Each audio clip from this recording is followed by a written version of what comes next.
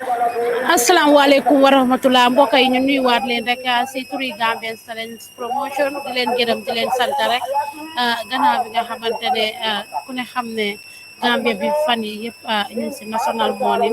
ki nga xamante ne mooy His Excellency Vice President bi di Alieu Badara Joof làqu woon si Tuesday bi 17 January 2023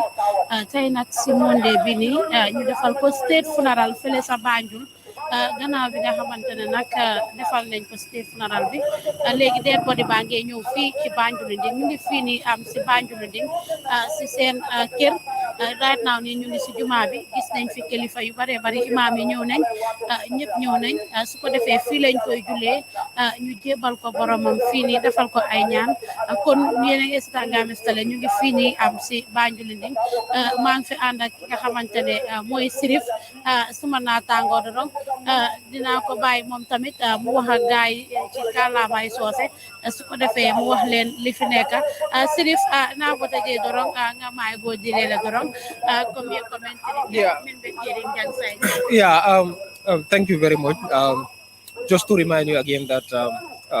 we're still in a state of sadness. To remind the viewers again that we've lost, just last week, we've lost our vice president, that is Badara Joof, who is serving the country and happened to pass away due to a brief illness when he was evacuated to India to go for treatment. And at the end of the day, he passed away there, and the corpse is around. On Saturday, we received the coffin at the State House, at the Banjul International Airport, and it was taken to the mortuary. So today is Monday. This is the day that a state funeral has been prepared for our late Vice President, Badara Joof, at the National Assembly of the Gambia. At this moment, as we speak right now, the President, the ministers, and permanent secretaries, security chiefs, and other people, family members, they are all at the National Assembly at this moment, paying their last tribute to the late Vice President of the Republic of the Gambia. And now I just received an information right now that they're on the way coming towards Banjulunding.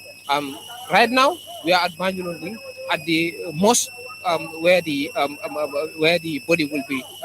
brought to, and then from there we will hear from the scholars, and we will pray for our late Vice President. From there he will be taken to the cemetery to go and rest, and we urge each and every Gambian to keep on praying for our late Vice President, for Allah Subhanahu wa Taala to grant him the highest place in paradise, that is Jannatul Firdaus, at this moment. So I'm here with Ramatulai, Lamin Sise, and also Safia Jaju holding a camera for us. Just to remind the viewers that we've been doing this since at the beginning. Now today will be the ending, but we will not stop. At today, we have to continue doing what we keep on doing for our late Vice President, to remember the citizens also and the entire Gambians that we have something that we need to do or keep on doing for our late Vice President, that is Badara Joof. That is to keep on praying for him, for his soul to rest in peace, and also to keep on praying for him, for Allah to grant him Jannatul Firdaus, and the entire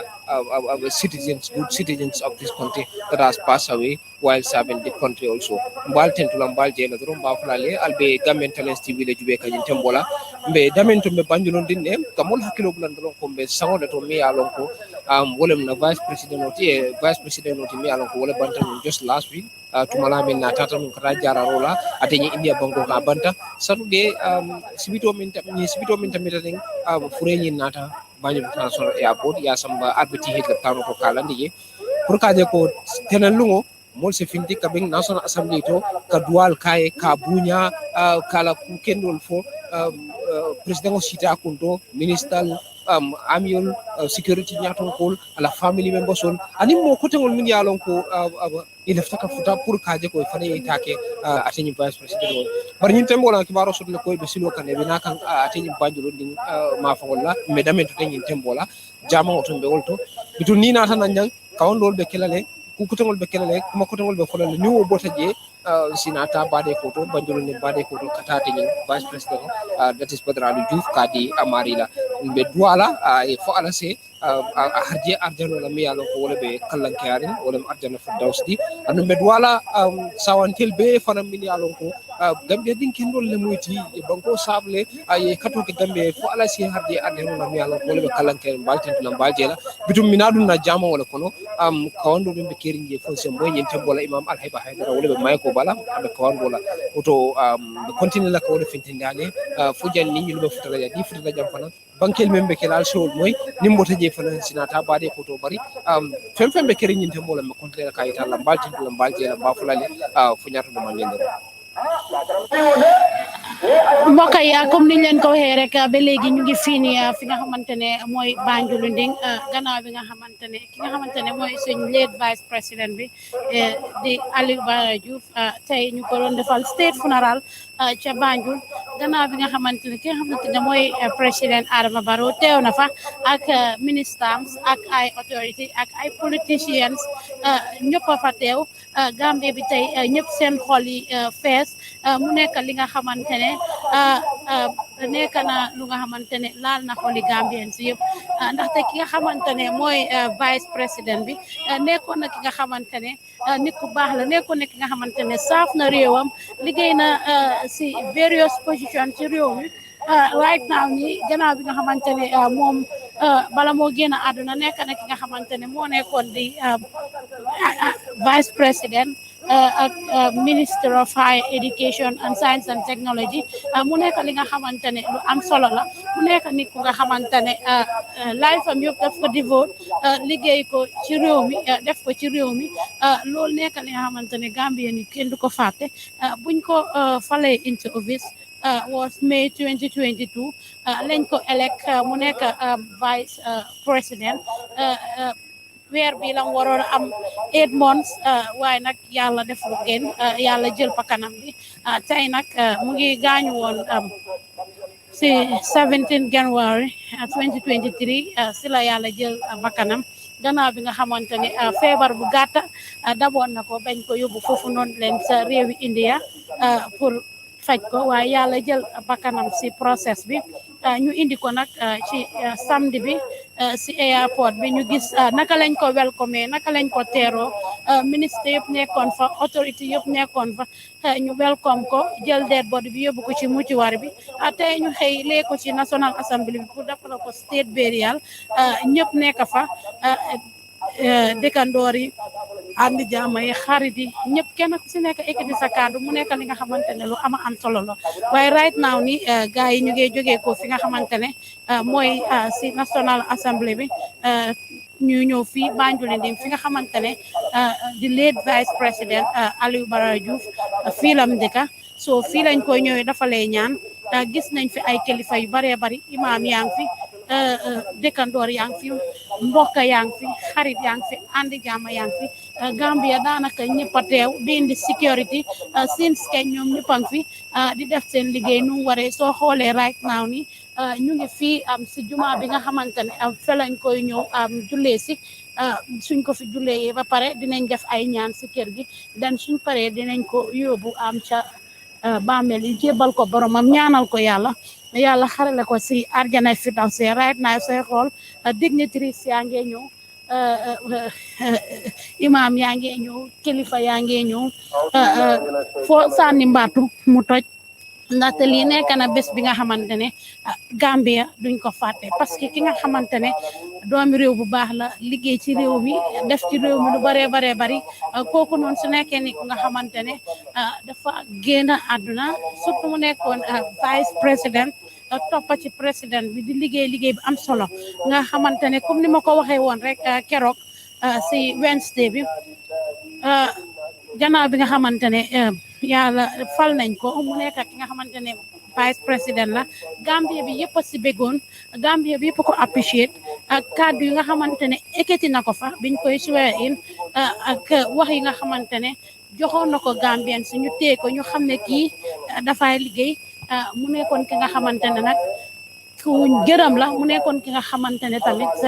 kilifa yi nga xamante ne ekkati nañ kàddu wax nañ si moom kàddu yi nga xamante ne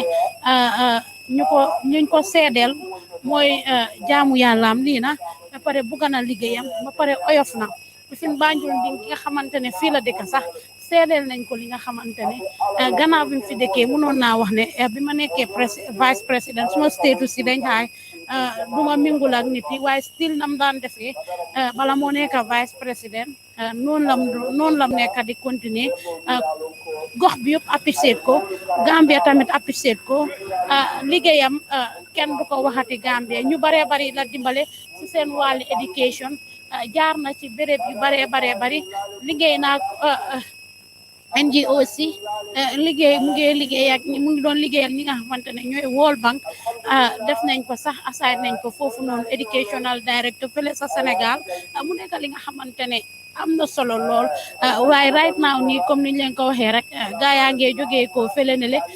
ca Banjul gannaaw bi nga xamante ne teg nañ ko foofu am sa National Assembly ba kilifa yi wax ki nga xamante ne mooy président bi di His Excellency Adama Barrow gis ngeen kàddu yum ekkati mu nekkoon ki nga xamante ne xaritam la nekkoon ki nga xamante ne waayam la waaye nag noonu la àdduna moom comme ni ko de soose di waxee ndandang ngee bendu rek wala beje bi nag sude tele beje anin lamin anin Safia Jaaju mool la beje jàng mu nekk li nga xamante ne am na solo lool bu baax a baax su ko defee dorong Safia gis nga ko comme niñ ko gisee rek fi mu nekk nii nit yaa ngi ñëw benn right now nii juma baa ngi fees kër bi sax tamit mu ngi fees ndaxte nit yaa ngi ñëw mu nekk lu nga xam ne bés bu mag la si Gambia nekk na bés bu nga xam ne is a very sad moment keroog bi nga xamante ne lii di dead body bi egsi na si réew mi fii keroog soo nekkee airport ba suñ yaay ji wàcc anti faatu wàcca nga gis ne xol tooy na xol fees na waaye nag àdduna noonu rek lam fa tëddee waaye dinañ leen génneel lépp li nga xamante ne rek moo nekk di xew fii ci Banjulinding nanaa leen ne tey la ñuy jébal ki nga xamante ne mooy suñ vice président bi Alieu Badara Joof tey lañ koy jébal boromam nekk na li nga xamante ne am na solo lool kenn ki nga xamante ne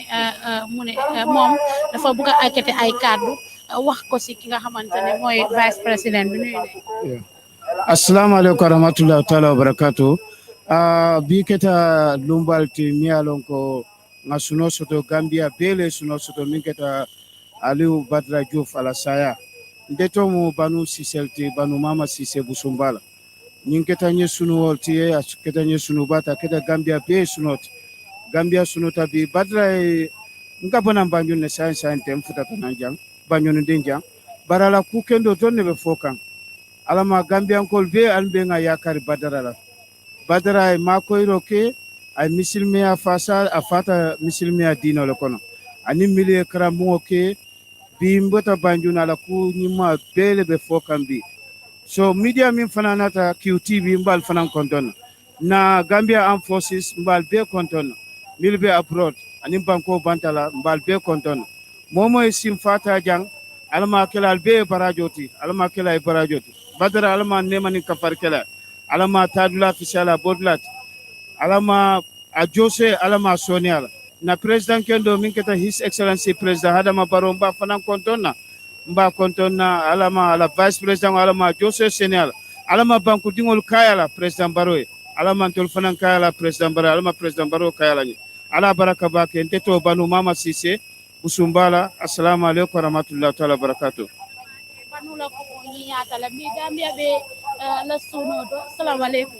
salam naka nga def tey nga ñëw fii am si dëj bi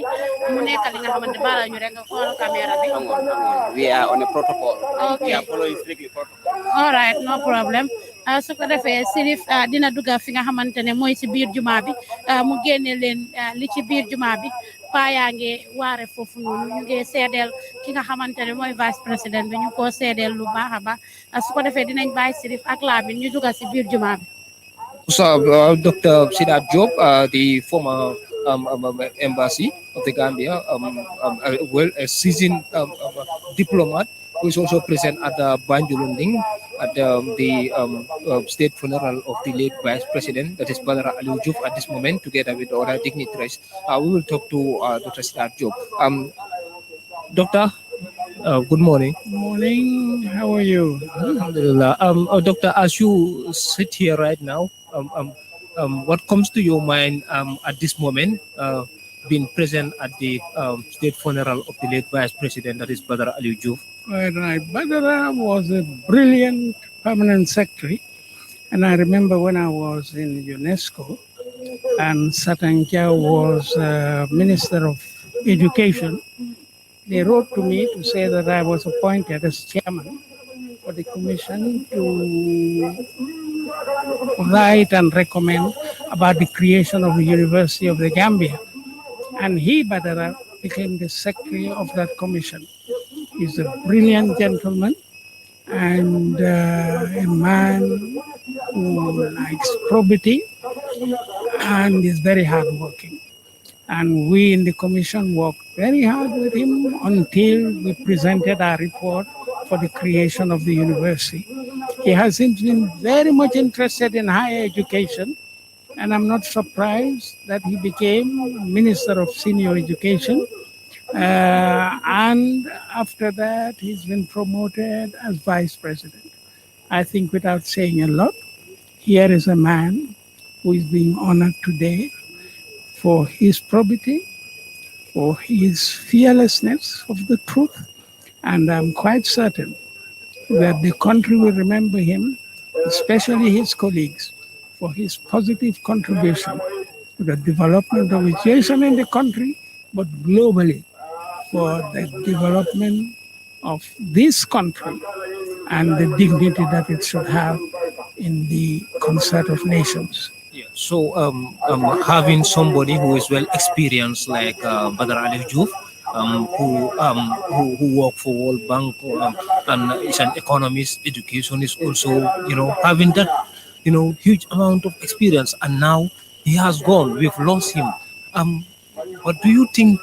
can be the way forward at this moment? Can he be easily replaced, or because many are saying that he can be replaced because there are many educationists here, but then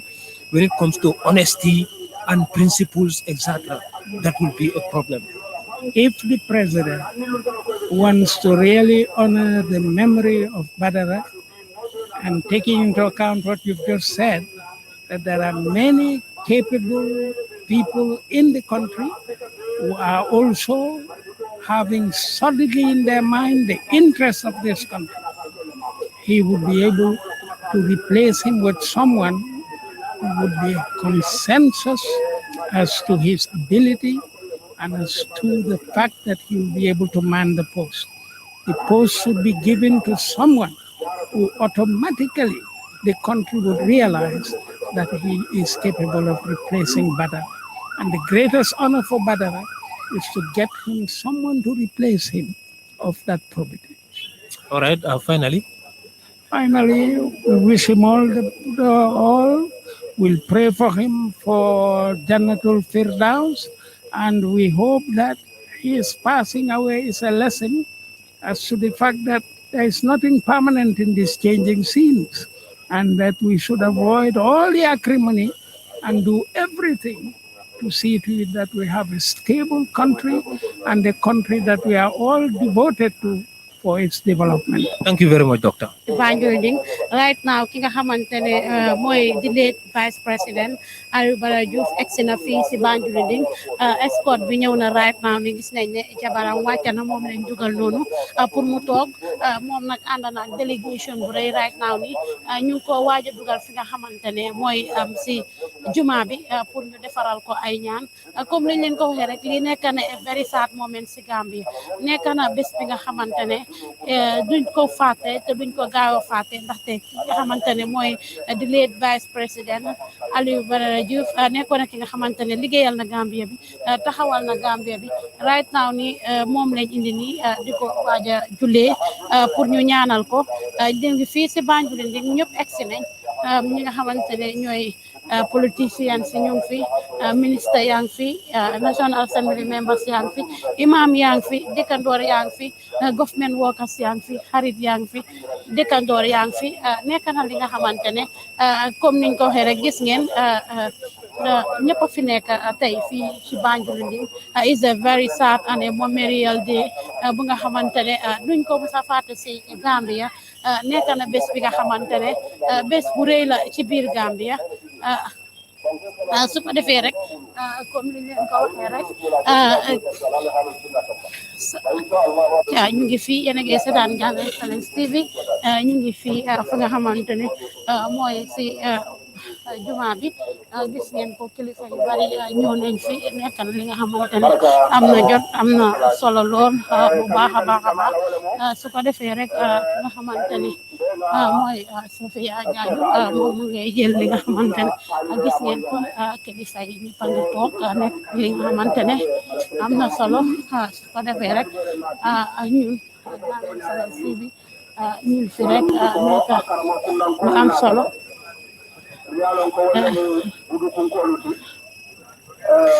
right now li nga xamante ne mooy dead body bi moom la ñoo waaj a dugal fii si biir juma bi mbokk yi right now gis ngeen ko kees baa ngi noonu ñu koy dugal fi nga xamante ne mooy si biir juma bi nekk lu daw yaram dinañ ko jullee nag tuut fii dina nekk li nga xamante ne am na solo lool bu baax a baax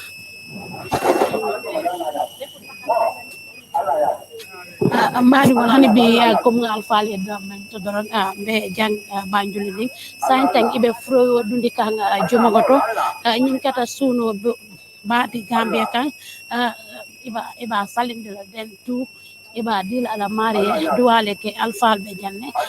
nekana e very sad day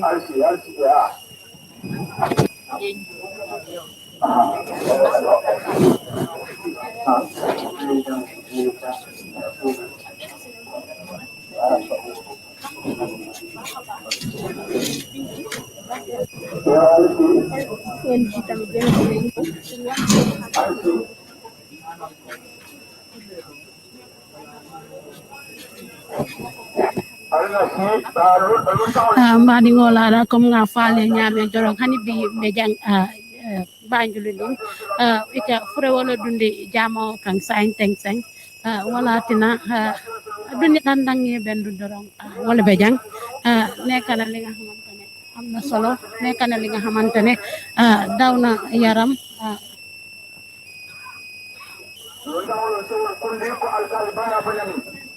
mbadi ngola comme nga faale ñame ndoro hani bi be jang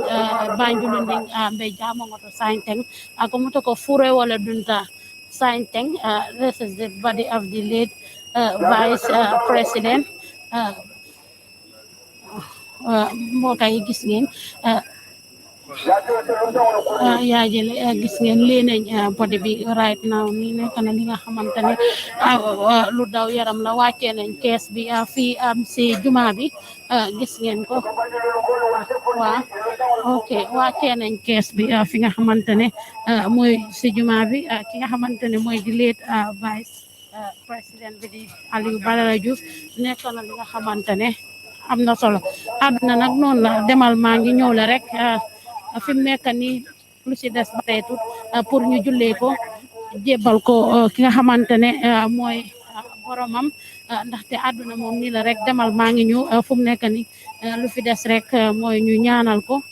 loolu moo fi des su ko defee Sirifa Yeah, the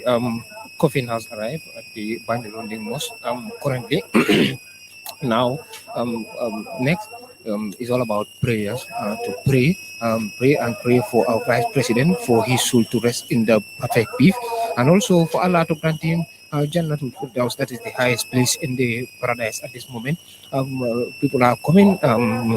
from different corners to come and attend this. Then from here, we will head into the cemetery, Banjul Cemetery, where he will be rest. He will be led to rest in peace at this moment. Yes, you're watching at Gambia'S Talents TV at this moment, and at the Banjul main mosque at this moment. baltento dorum ba fulale ko albe banjulon ding jamum bali je jeka nyinte mbola teng be damento don be nyinte mbola non vice president wala fure keso nyin onatale saying membe keden dron dual lebina kila nyin woketa o kamala ni woketa ro senata bari ko to ta dia marina nyinte mbola tan banjulon ding jërëjëf Sirif gis ngeen ko rek mbokk yi li nekk na li nga xamante ne daw na yaram tëdd yéen a ngi seetaan live and direct fi nga xamante ne mooy Gambian Talents TV lépp li nga xamante ne mu ngi xew fii ci Banjul si burial ki nga xamante ne mooy di late vice président Alieu Badara Joof tey dinañ leen ko indil fu mu nekk nii ñu ngi nii teg nañ body bi fi nga xamante ne mooy si jumaa bi ñu ngi ko waaj a ñëw jullee dinañ ko jébbal boromam si 2 o'clock waaye balaa loolu dinañ ko fi ñaanal dinañ fi wàccee kaamil su ko defee kilifa yëpp a ngi fi nekk na li nga xamante ne lu daw yaram nekk na li nga xamante ne is a very sad moment for the Gambia bés bi nga xamante ne duñ ko musa fàtte su ko defee rek mbadi ngol hani bi doron comme nga faale ñame ani sañ doron on Gambia'S Talents TV kan de joro amin siri fole bajang su ko defee rek dinañ dem si biti dinañ dem fi nga xamante ne mooy si biti dinañ fi am ay nit yi nga xamante ne Sirif waaw dinañ fi am ay nit yi nga xamante ne dinañ waxtaan ak ñoom si gathering bi dina am solo lool Safia أفلما بكله أن على النائب الشيخ علي جلو لأن منستا جميل مريم لنا كل ولا على هذه السيدي كده أنا مريم بقولنا كل فلم بجنة إمام gaay waxee rek gaay bari nañ fi lool bu baax a baax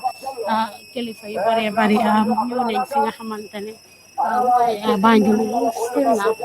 people comme niñ leen ko waxee rek gis ngeen kooku noonu di government spokesperson bi moo just egsi noonu moom tamit egsi na fi nga xamante ne mooy ndaje bi soo xoolee fii nii yaa ngi xool yaa ngi gis ñi nga xamante ne ñooy sécurité bi mi ngi taxawaay bu rafet taxawaay bi nga xamante ne mi ngi taxaw pour xono ki nga xamante ne mooy di lead vice président Alieu Badara Joof comme niñ leen ko waxee nekk na li nga xamante ne rek ama am solo la right now comme niñ ko waxee this is a very sad moment pour Gambia bi ndaxte it's a great loss to the Gambia ki nga xamante ne mooy woon vice président bi 8 months rek la am into office January bi moo ko doon mutal mu am 8 months into office buñ ko electé bi pour mu nekk di vice président of the Gambia comme niñ leen ko waxee gannaaw bi nga xamante ne faloon nañ ko sax bés boobu nekkoon na bés bi nga xamante ne Gambian si yëpp ko apprécié ndax xam ni capable ak li mu mën a def ak éene bu rëy bi nga xamante ne amal na ko Gambia mu nekk éene bu am solo keroog bi nga xamante ne ñu ngi leen di waatal sax kàddu bi nga xamante ne ekkati na ko foofu leen am sa national fi ñu leen doon waatalee nekk na ay kàddu yi nga xamante ne Gambie yëpp ko apprécié Gambie yëpp ko kontaan ngir éene bi nga xamante ne amoon na ko rek pour liggéeyal réew mi mu jaar si various place liggéey various place si réew mi waxoon nañ leen ko moom moo nekkoon ki nga xamante ne mooy vice président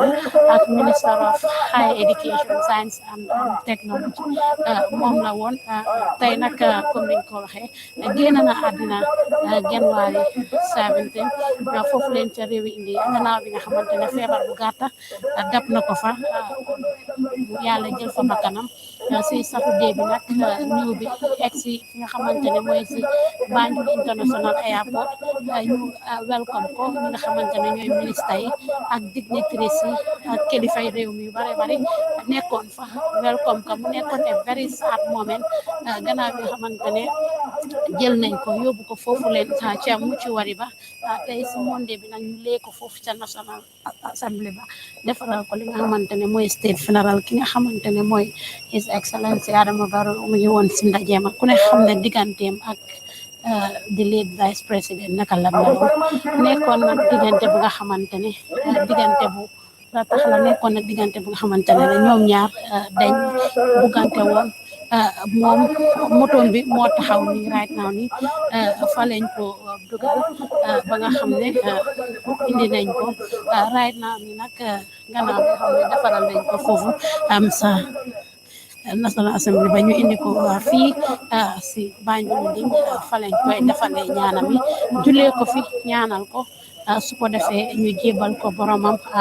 am si 2 o'clock dina nekk li nga xamante ne dina aw yaram su ko defee rek dinañ waxtaan ak yeneen nit ñi nga xamante ne ñëw nañ fi tey lan lañ yëg ndaxte li si des rek mooy right now ni mooy ñu ñaanal ko ndaxte àdduna moom noonu la demal maa ngi ñëw rek la su ko defee Sofia dinañ dem si gannaaw ñu wax xataan li nga xamante ne ñooy nit yi dina nekk li nga xamante ne dina am solo comme niñ leen ko waxee rek ba léegi ñu ngi fii fu nga xamante ne mooy Banjul Ding si dëj bi nga xamante ne mooy di lead vice président Alieu Badara Joof tey nag ñu ko def jébbal boromam fi mu nekk nii li si des rek mooy ñaan mooy ñu ñaanal ko soo xoolee around xooli fees nañ soo xoolee around di nga gis mbokk yi di nga gis dëkkandoor yi ñu ngi fee gis kenn ku nekk rek ñi nga xamante ne ñooy sécurité bi gis ngeen seen liggéey nu rafete waa Red Cross tamit ñu ngi fi think si organise nañ ko organise bi nga xamante ne defal nañ ko lu mu yelloo ndaxte ki génn àdduna nekkut ki génn àdduna kilifa la fi nga xamante ne mooy ci réew mi so affaire yaa ngi noonu ñu ngi fii am ci Banjul ci jumaa bi pour ñu ñaanal ko dead body bi gis ngeen dugal nañ ko fi nga xamante ne mooy si biir jumaa bi su ko defee rek dinañ ko defaral ay ñaan dina am solo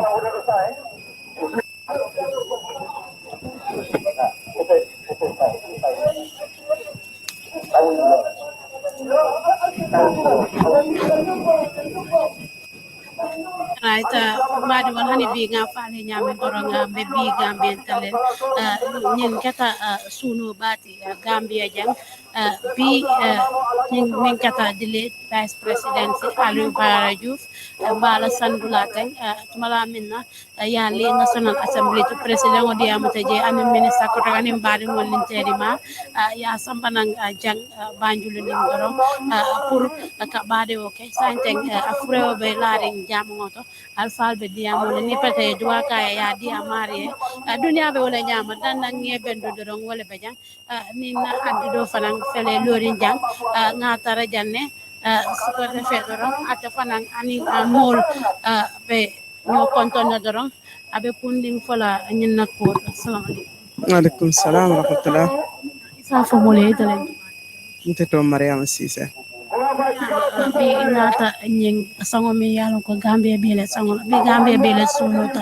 e be muna fala ñing vice president mbe men fola vice president la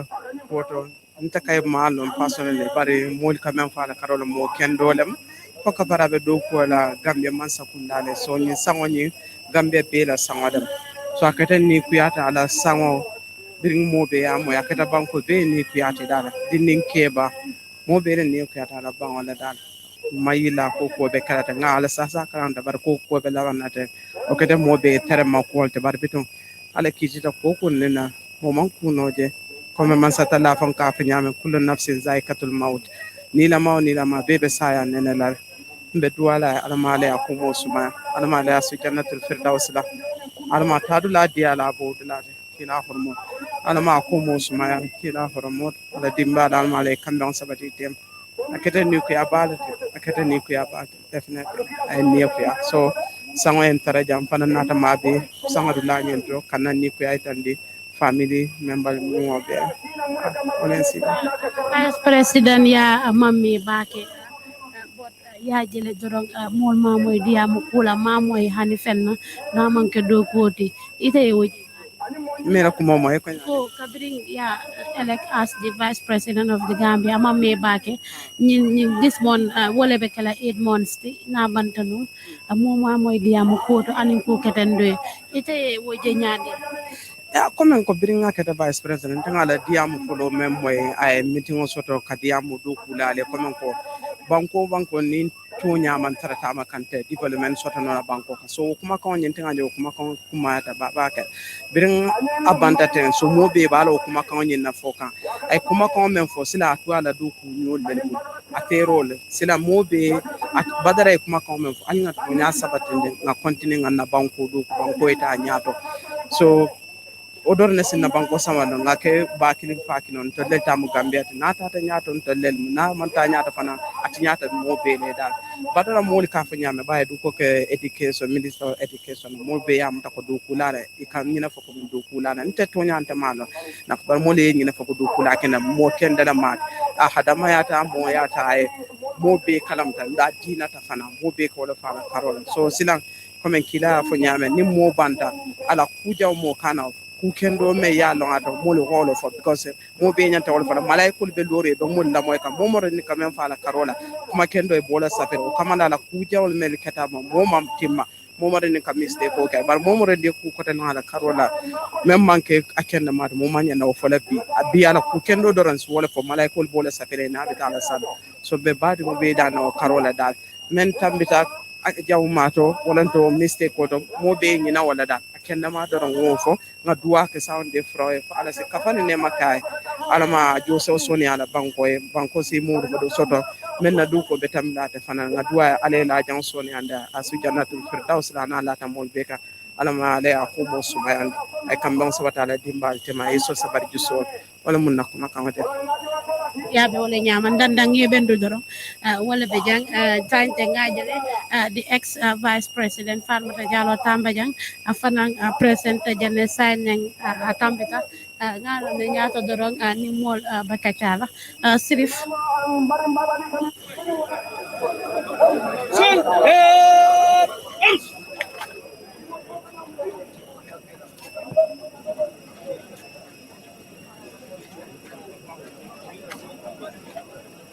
Nggak kanu jamang kono pari nyintem bola pare kita le minatala kata bari goto kata dia mari just to remind you again that you all can see that is the coffin coming outside. Now we are about to head to the Banjurunding cemetery where our late vice president will be laid to rest. We all pray for him. May Allah grant his soul Jannah Firdaus, that is the highest place in paradise. You can see the action going on at this moment at the Banjuluddin Mosque. Now preparations are on high gears to move to the cemetery to lay our vice president.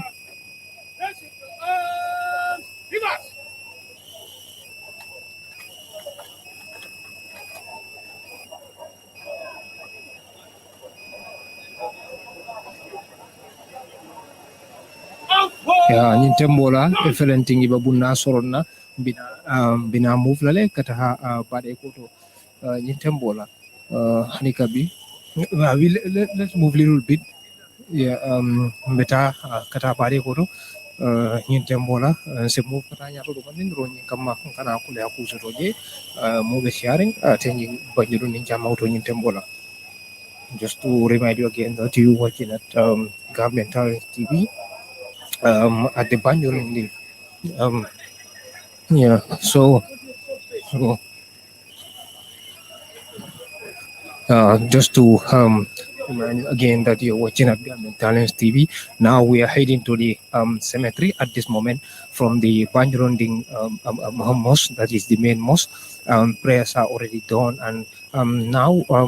we are moving to the cemetery to lay our vice president Badara Joof to rest in peace. May Allah grant his soul Jannah Firdaus, the highest place in paradise. This moment, Bafola le dorong, albe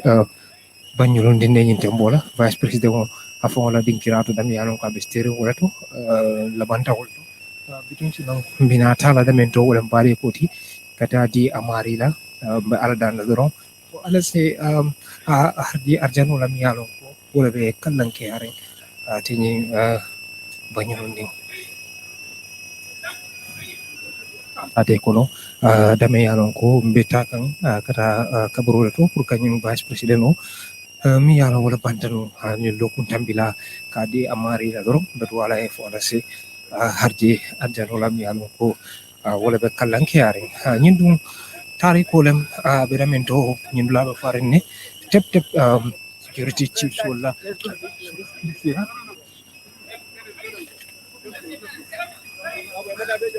yeah so where's billahi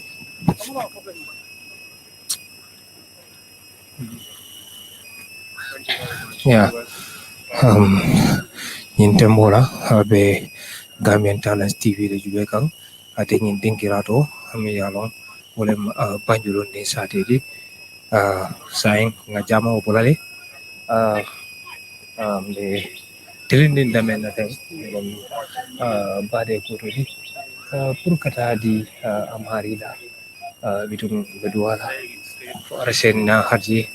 arjano la mi halon ko wala be kala kari dula be farine intembola tep ate dula be farine ko mula kino guna ni kira penko Badara Joof mole mi halon ko hedo ko ke banko e hakita ko hone secretary di masakunda la fanna jamal to ko ha fan akita atenya minister di Minister of High Education alum fanang akita ya mogen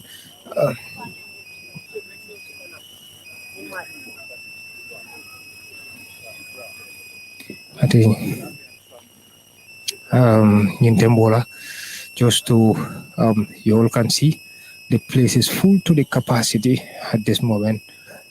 Now we are going to pray over him. Then from here we move to the cemetery.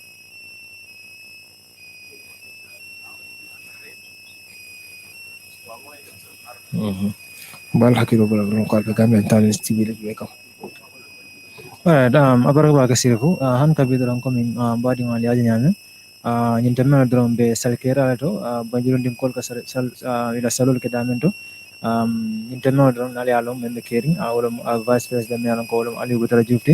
ala berialo ni wala ke kan wala funeral service nyinterna no bole wites kante ko wala waje kan damento nal waje kan nyinterna drum al waje lale san mu furata salkera to dami yalan ko banjurun dim kol ka sal gelato comme ngal bola je kan tengen tanola and ibajindi kan nyen tanola pour kana nam final salo kama me ala ko le gafle zenada imena kan wala kondo kan sa tengen tanola kuma bola je kan tendron wala la nyamen ko bonan jamon to dame ala ko salo kera wala to wala dual kera ma jiro nyen tanola don ko mal ba nyen je kan tan ko fino nyin ala remains bo wala kono wala vice president o late vice president Ali Badara Joof intenola tan wala be kiri jan intenola nyato ndinka drong salo be kilamale janni ba sambala kabro nyinto ko nal ba je kan drong alu mol jela mele ko chief justice bijanne Hasan Bijallo anen mi ko wala imam baba liti ko mal bul be je kan intenola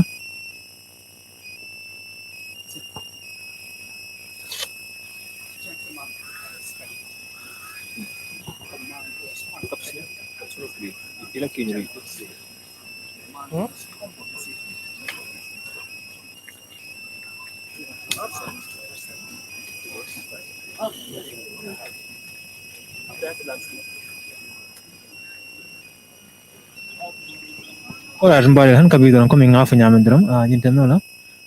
mol bebe lore ne ko mal waje kan nyame ika imam mol batu pour kana final prayers ke wala salila bang pour gaw kama nyintenola ya futandile already ko fino nyintela la nduma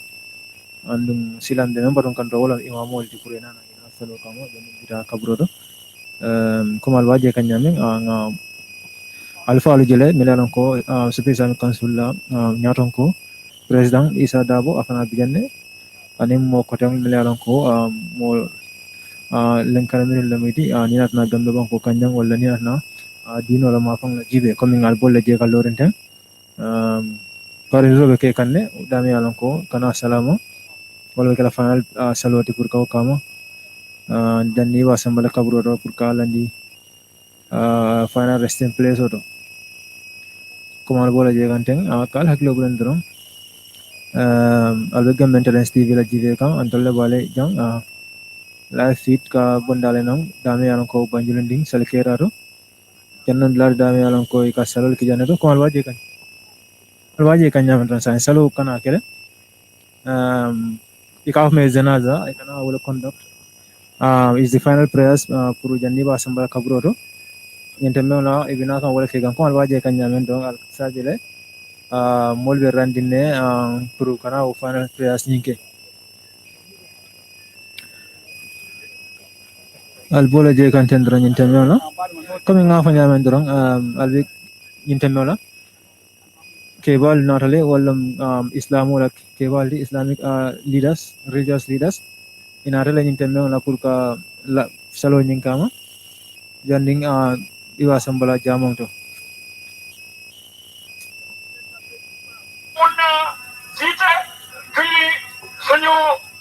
naataango bi nga xam ne mooy ko mooy Badara Joof waaye lii dafa mel ni ci sariya mooy fardul kifaaya daanaka am na ci ñoo xam ne suñ ko taxawee rek doy na ñeneen ñi mun nga julli nii fekk yaa ngi ci kër gi te am loo ci benn bakkaar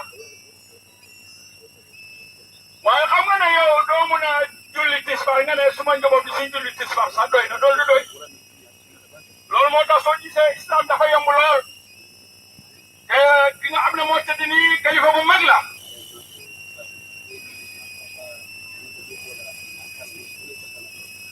yàlla daf ñu may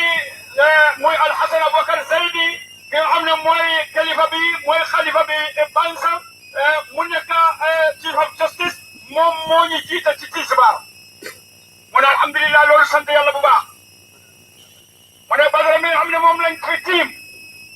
man maay imaamam man maa koy jiite man maa ko moom ci wàllu diine xayyan mooy yital muy dund mu génn àdduna maa ko moom waaye doomi aadama nag am nañ ay kilifa te kilifa su taxawee yow da nga war a fekk si gannaaw lépp loo xam ne Badara am na ko ci àdduna fii yàlla moo ko dogal waaye sëriñam yi ñi nga xam ne ñoo ko ñaanal loolu mooy sëriñ bi nag Buduk Mohamad Buduk te Badara fooy sëriñam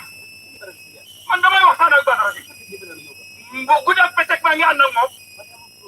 Badara fooy sëriñam de su ne la alaaji Demba jox rek xam naa xamal ne kontaan na nit ki su fekkee mu ngi dund lu mu bugg te sopp ko mu ne su génnee àdduna lu baax la bugg lu yiw la bugg kon nag alhamdulilah rabbil alamina bu dugg muy sëriñ bi ay njabootam teew ci jotaay bi affaire bi nag tel ñi nga taw tooguñ taxawuñ nelawuñ loolu dalal na xel njaboot mi loolu moo tax léegi donc suñu njiiti réew mi pale bi mooy State House imam bi mu ngi fi imam ratib si banju boppam ay nitam ñaa ngi fi waaye ñoom ñëpp dañ d'accord ne su fekkee d'accord nañ dañ koy jëppal ay sëriñam ñooñu ñaanal ko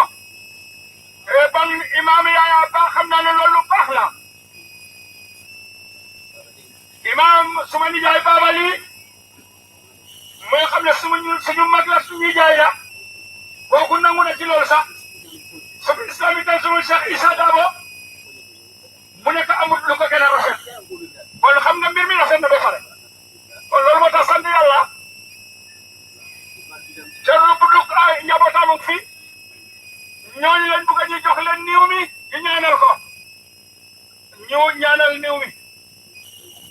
su loolu amee suñ ko robee ba pare ñu delluwaat ci kër gi fële ñu motali fi ñaan bi foofu ñun yëpp ñu ñaanal président bi ndaxte dafa def ci lu rëy ak enam bu rafet li mu wane ci Badara daanaka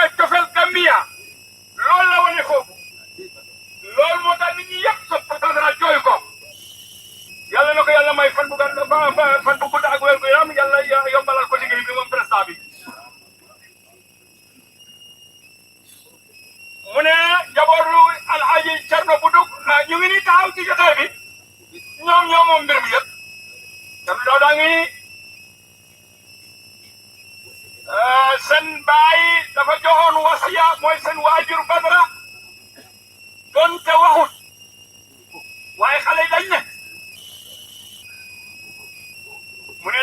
day bamtuwaat affaire Buduk rek Buduk daf koy wax Cerno Dawda day wax mbiram rek ko bamtuwaat léegi ñun liñ def loolu jëppal nañ ko waa Buduk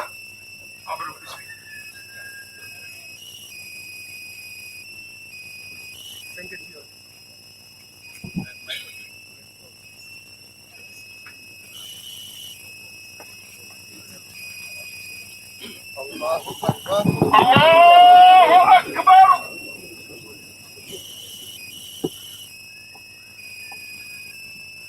Allahu akbar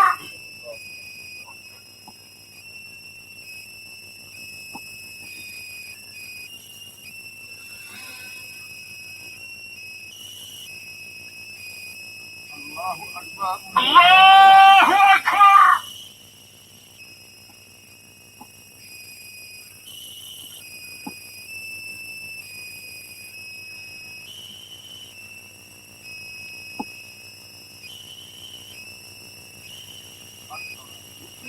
Assalamu alaikum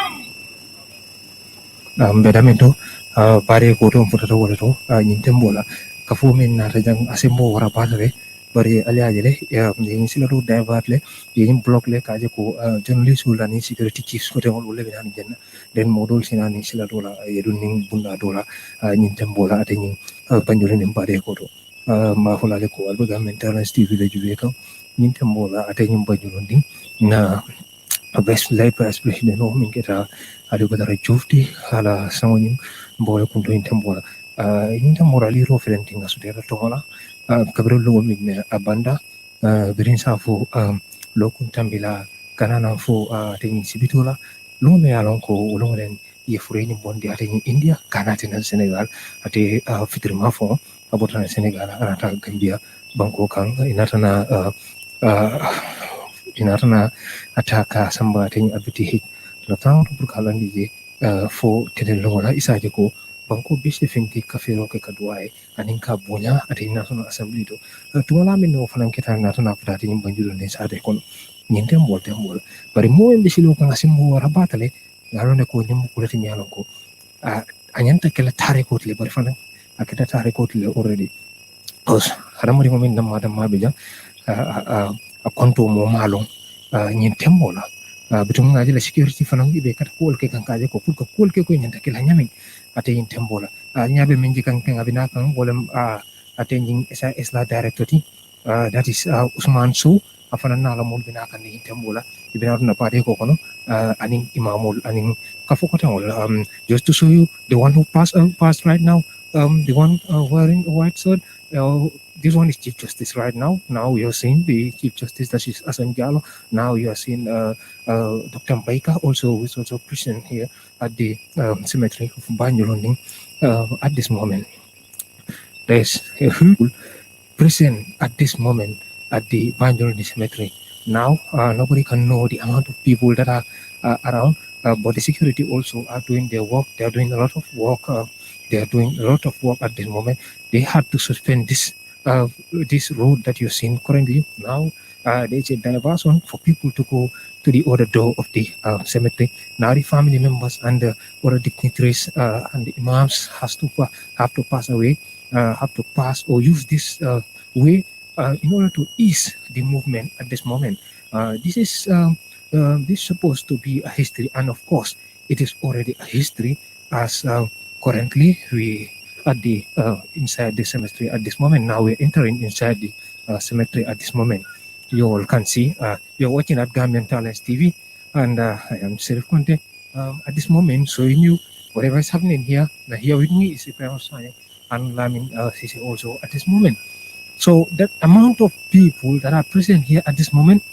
like I said before, nobody knows the amount, Lamin, how do you see the amount right now of people? Can you able to count this? Thank you very much, Sirif. For me, it's uncountable for now. You can count it perhaps, but then the amount of people you can't head count it right now, because if you can check it right now, you'll see people from that end to the other end of the graveyard. And So what makes it somehow strange, there is a huge amount of people comprising dignitaries, security chiefs, ministers, permanent secretaries, other government officials, civil servants, ordinary Gambians that are present currently here at this moment, the marabouts, the imams, religious leaders, they are all present. And the security also had to even block the other way so that the people can use the other way. And we can see how arranged here is, because the road is here at this moment. Nobody can pass at that end there. Only people that they want to for them to enter inside. So I believe the security also did their job very well. we must commend them for doing such a wonderful job. If this hadn't been done this way, it would have been so difficult for them to even escort the corpse to the graveyard. But as you can see, the way they conducted it and do their preparations on ground, it's definitely easier for those bringing the corpse to the graveyard will be very much easier. So you can see the coordination among the security officials. It's well commendable. You can actually commend them for doing such a wonderful. Ibrahim Sankare entering inside wearing that white clothes. Yeah, and talking of dignitaries or Islamic scholars, I saw a lot of them in the masjid. The likes of Karambas Wane is it's all the way from Casamance, Senegal. He also attended the funeral service, and then a host of a lot other dignitaries, scholars, and also ordinary Gambians. As you said, all these things it signifies the good deeds or the humbleness of the. Yeah, I think as a human being, you need to get yourself down to earth. That's what is important in this world, because looking at the position the vice president occupy at this moment, since the beginning of this issue, when we come to their house, several people testify to show that he was very down to earth. He was so down to earth. You will even meet with him, and you will know even he is the vice president of the country, and he would give up every day. You will see people around his door asking, and he will give it to them. And he wouldn't want anybody to categorize him as somebody who is even a public figure. I think when it comes to humbleness, human being, we should at least get ourselves closer to the earth and understand that one day we will all be laid to rest like this. Definitely, it's heart touching. Like I was reading, somebody even wrote on Facebook that seeing the escort point, that's the vehicle that was escorting the cops from the airport, motionless, and the man was motionless. It's something that we should all learn from. And if you can see, it's Now we are seeing the chief of yeah, defense. the arrival of the defense chief of defense staff, that is Yankuba Edrame, and other chief security, the security advisor, the new one that was appointed not long ago, Khalifa Saleh also is coming. So you can see a lot of dignitaries or important figures in our country actually grace the occasion, and then they are all coming inside the graveyard to attend the final. A little bit. Yeah. Get close a little bit, Lamin, around. I think this has already been a history. Definitely, most definitely. Like I said before, you can see the security. We must commend them again for the wonderful job they are doing. You can see their coordination is top notch, and Definitely, it's impressive. definitely impressive. Like I said before, the amount of people that are pouring inside here, if the coordination among the security is not Okay. conducted very well, it would have been a different case. Yeah, But definitely. then Nobody would be able to control people, yeah. But then the way they actually plan the whole thing, you see, it's very easy for the cops to come inside the graveyard, and then it's just easy. If at all it was not conducted this way, people would have been rushing, and everybody will want to come in. But you can see the way it's coordinated. It's wonderful. It's really impressive. It's really impressive. That we need to thank them for the security for that. They're also doing a great job at this moment. You all can see now. Now the coffin is they're getting the coffin closer to the Yeah, so at this moment we are about to witness the final resting of the vice president. As you can see, they are escorting the corpse to the final place, and that is the graveyard. You can see it's quite a mixed feeling, and the men in uniform, they are escorting the corpse to the final place, I can say, for them to perform the final ritual before he will be given to Allah subhanahu wa ta'ala. So we just pray that Allah makes the place easier for him. Let the grave be as cold as a cold water, and then the family that he left behind here. Now I think, I mean, the country has lost somebody who is not only an educationist, who is not only an economist, who is not an intellectual, but also we've lost somebody who has a lot of moral, a lot of principle. And now, how would we describe this loss now? As other thing, no matter how no matter how we are able to have but to have somebody who is humble, who is principled, who is down to earth than Badara might be something very, very, very challenging at this crucial time. Yeah, that's quite true, because this day and age in the world right now, if you to check the behaviors of individuals, it's something that we call humbleness or morality. It's definitely lacking. To have somebody, to have the qualifications alone doesn't make you be able to deliver to the expectation of your people, or to be able to deliver to the expectation of whatsoever is your responsibility. But then the word morality comes in. Such positions are something that are very hard for people, like if you don't have maybe you're not financially strong or whatsoever, you can easily abuse the powers given to you. But then in this case, does not does At the compound, or the home of vice president, that is even at Fajara, that is been has been allocated to different vice presidents. Mr. Joof said he wouldn't go there. He wanted to stay with his family, and it's somehow strange. Some of us, if we have that position, tomorrow in the morning we will rush and stay with our family there. But as you can see, the compound where he was is the same place where he stayed up to his demise at this moment. Yeah, definitely. We've seen some countries, if their officials, those that are very wealthy or they are satisfied with their living condition, most of them will say that the salary given to them, they have to cut it down, and then the rest of the money will be given to other sectors. And then he did the same thing, because if you can check, going into the vice president residency will cost the government something else. But then being in his home, that is actually a cut down of not would not consider Would it. not reject that Yes, one. yes. Yeah, but honestly, and finally now, Lamin, human being is nothing. Definitely. Like I said before, when I somebody was somebody wrote something on Facebook, like he's somebody that is moving around from one place to another. When they are passing by, you see yes, you see the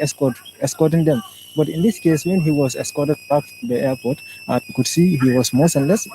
He couldn't do anything for himself. So it's a learning point for everyone. We should all know that, like a scholar, um, you nobody will know when you die, but then we are all being warned. If you ask how is it that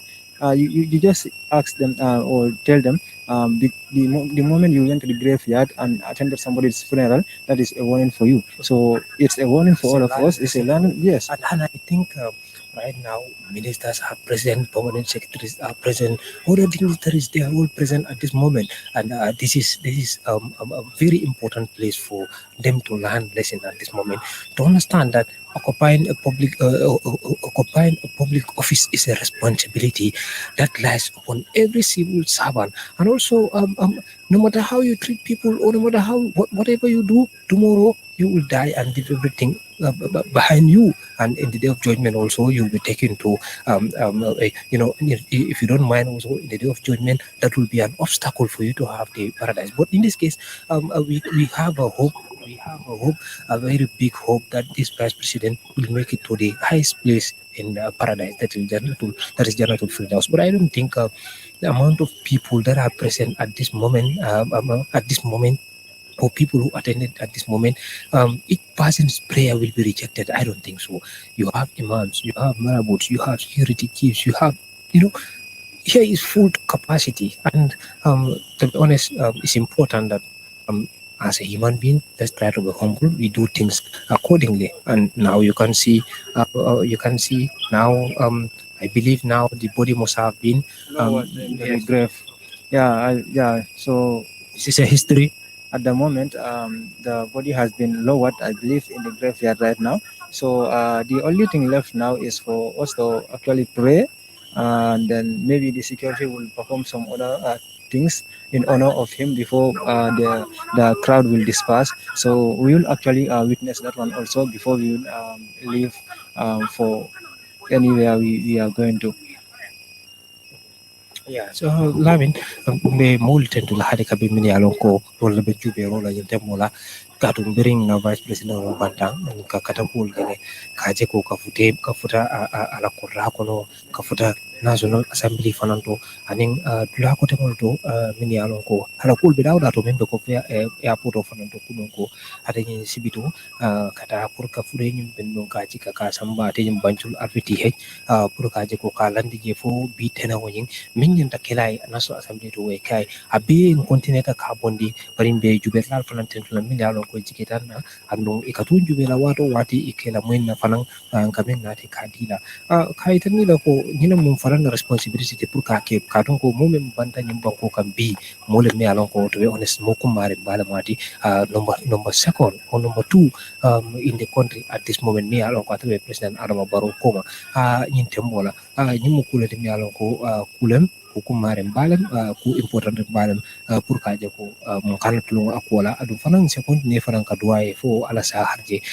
la mi alon ko abakala ajalolti membe kallan kiyari atenyin banjulun de bade ko to nyen tembola molten lam be jela la min bada men tilo bakan ring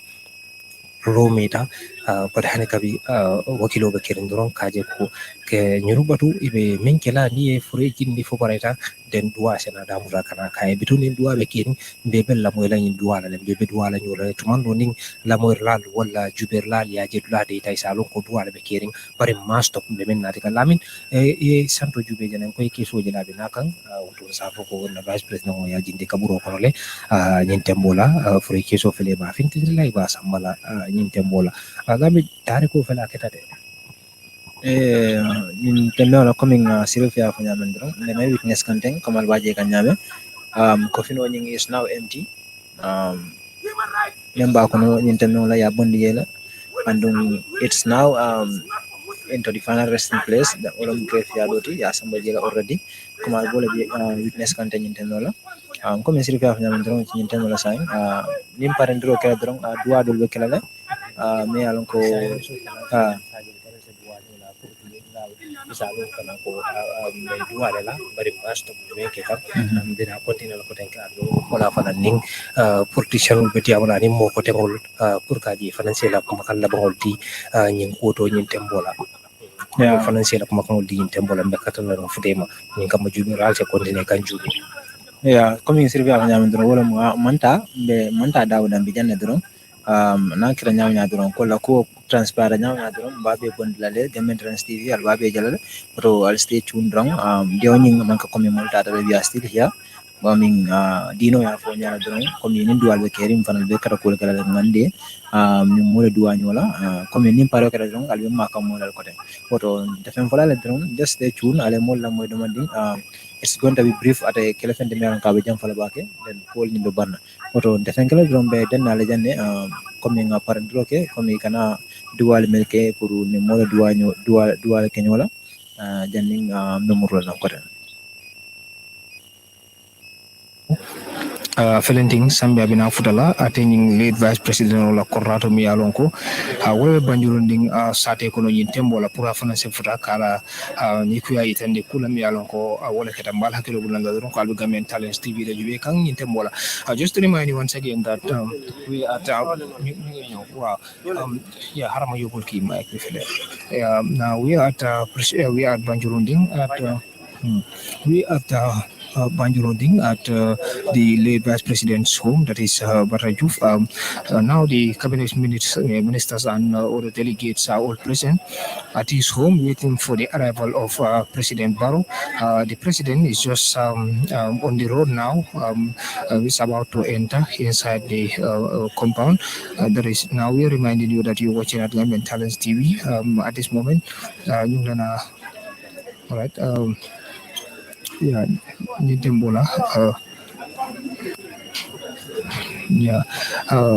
Nitembola Mafola Ligoronko, the Gambian Talents TV de Jueka, President Bavon, Oliver Duna, Oliver Duncan Nitembola, attaining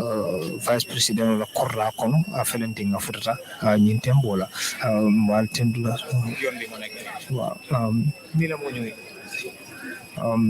while Tendula. That's President Adama Barrow there inside.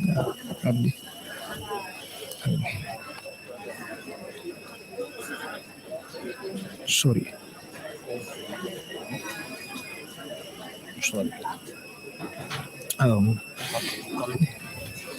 Yeah, that is President. jërëjëf Sirif right now ni ñu ngi fi si kër ki nga xamante ne mooy di lead vice président bi di Alieu Badara Joof ki nga xamante ne mooy His Excellency président Adama Barrow gannaaw bi nga xamante ne lii nañ ko si National Assembly bi mu ekkati fa ay kàddoom defaat na yeneen jéego tamit ñëw ba si këram pour jaale si ñi nga xamante ne mooy di lead vice président bi mu nekk gestu bu nga xamante ne bu rafet la moom moo egsi right now ni fii si këram ci Banjul ni mbokk yi ba léegi rek yéen a ngi seetaan Gambian Talents TV ñu nekkal leen fii si kër lead vice président bi Alieu Badara Joof gannaaw bi nga xamante ne yàlla jël na ko ci feebaram mu gàtt foofu ci réew India ñu indi ko ci réew mi nag si dimanche ji tey nag ci Monday bi ñu defal ko li nga xamante ne mooy state burial biñ ko defaree state burial nag ki nga xamante ne mooy président Adama Barrow mu ngi woon foofu sa National Assembly ba ak ay ministre am ak ci speaker beeg majority leader beeg minority leader bi ñoom ñëpp a ngi fa woon fii nii tamit si kiram ñoom ñëpp ñu ngi leen fee gis ki nga xamante ne mooy honorable Amad Ba minister of tourism ñu ngi ko fee gis ki nga xamante ne mooy Dr Samate minister of health mu ngi fi minister of education tamit mu ngi fi minister of environment mu ngi fi ñoom ñëpp right now ñu ngi fii teew spokesperson bi tamit moom tamit mu ngi fi dignitaries yu bare bare bare ñu ngi fi fii ci kër ki nga xamante ne mooy di lead vice président Alieu Badara Joof fii lañ nekk nag right now ni président bi moo egsi dugga na ci biir.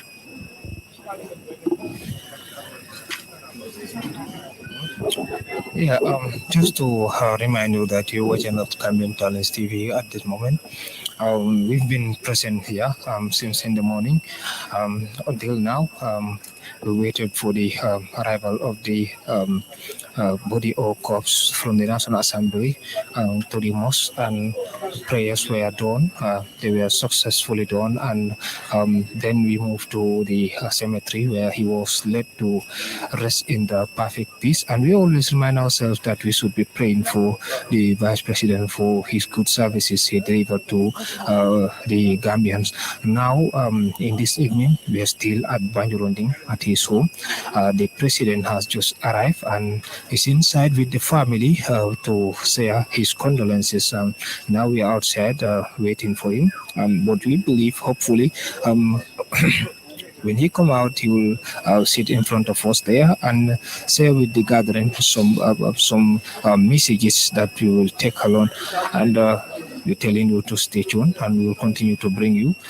whatever the President will share here. Bal hakilo bulan lagro ko sa inyinte mola.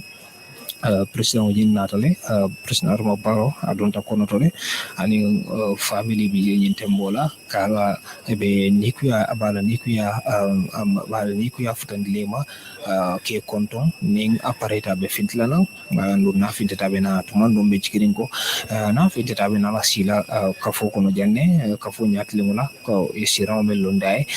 sinasiye ayna kuma kan dantan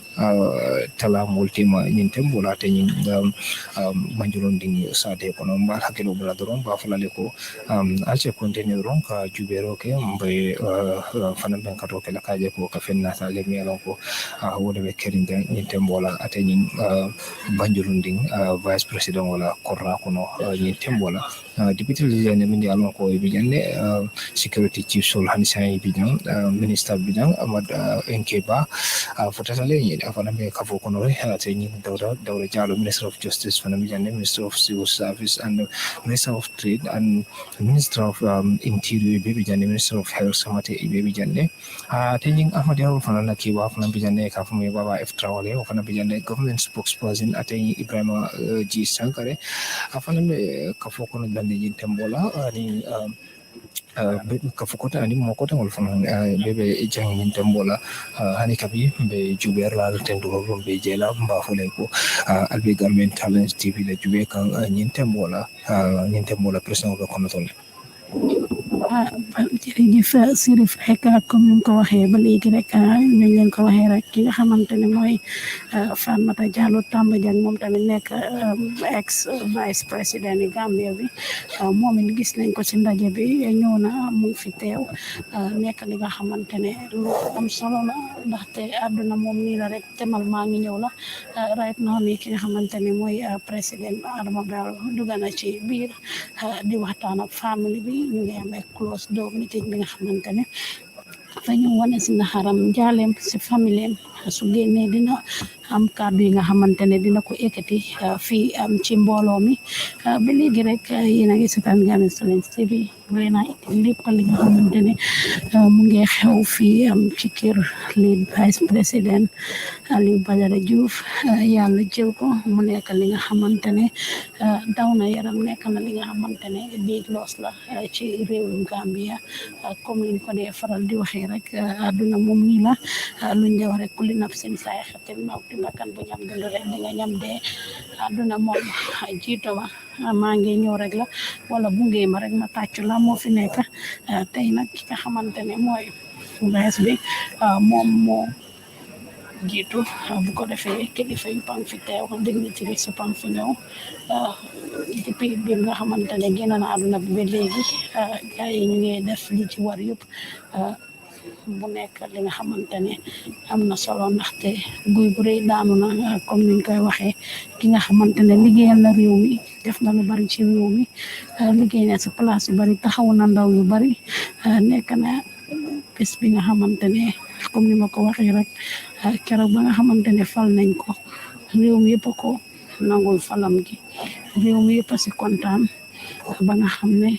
kàddu yi nga xam ne ekkati na ko biñ leen a waatloo mu nekkoon kàddu yi nga xamante ne bi ko réew mi déggee amoon nañ yaakaar si moom amoon nañ kontaante si moom amoon nañ mbégte si moom ne dina amee place bu nu waree te dina deliver te dina liggéey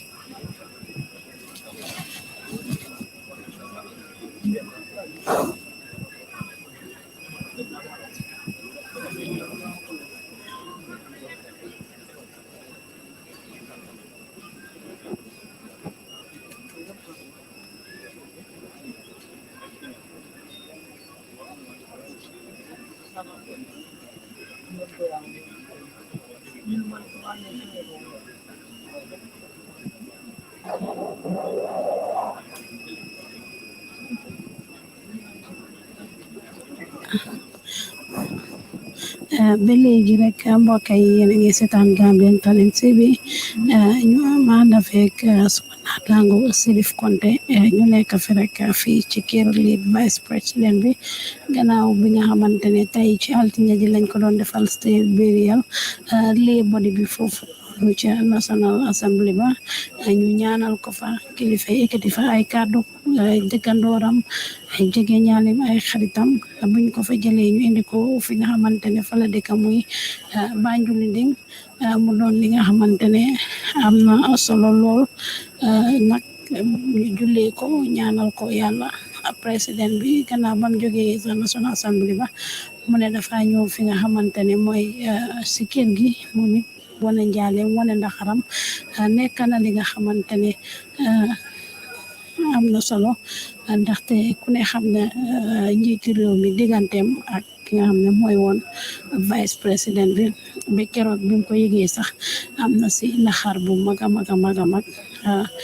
parce que ñëpp dégg nañ kàddu yi nga xamante ne ekkiti na ko wax na ne xaritam la woon ba pare nitam la woon kon tey su ñëwee si kiram ñëw jaale si ko def na lu war a wax right now nag gaa yaa ngi dugg si biir di waxtaan ak famille bi su paree génn ay ministre ma ngi toog ci biti di ko xaar si mel ni minister of tourism Amar Ba mu ngi toog former vice président bi Fatoumata Jallow Tambajang mu ngi toog ci boori Amar Ba gis nañ fa minister of health tamit moom tam mu ngi toog gis nañ fi minister of education basic and secondary education gis nañ ko fi gis nañ fi minister of environment waxi yoon na jang moom tam mu ngi si gathering bi Demba Ali Jawo former minister of communication moom it mu ngi ci gathering bi ku ne xam ne digganteem ak di late vice président Alieu Badara Joof Demba Ali Jawo su ko defee rek mbokk yi ki nga xamante ne mooy vice président bi mu ngi génn àdduna 17 January 2023 ca réewi India gannaaw bi nga xamante ne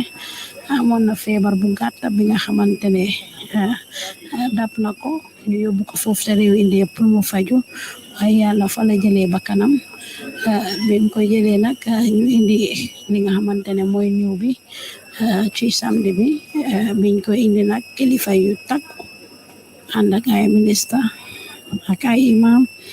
ñu dem welcome ko foofu leen sa State House sa Banjul International Airport ñu jël dead body bi yóbbu ko ci mujjuwale bi tey nag ci lundi ji ñu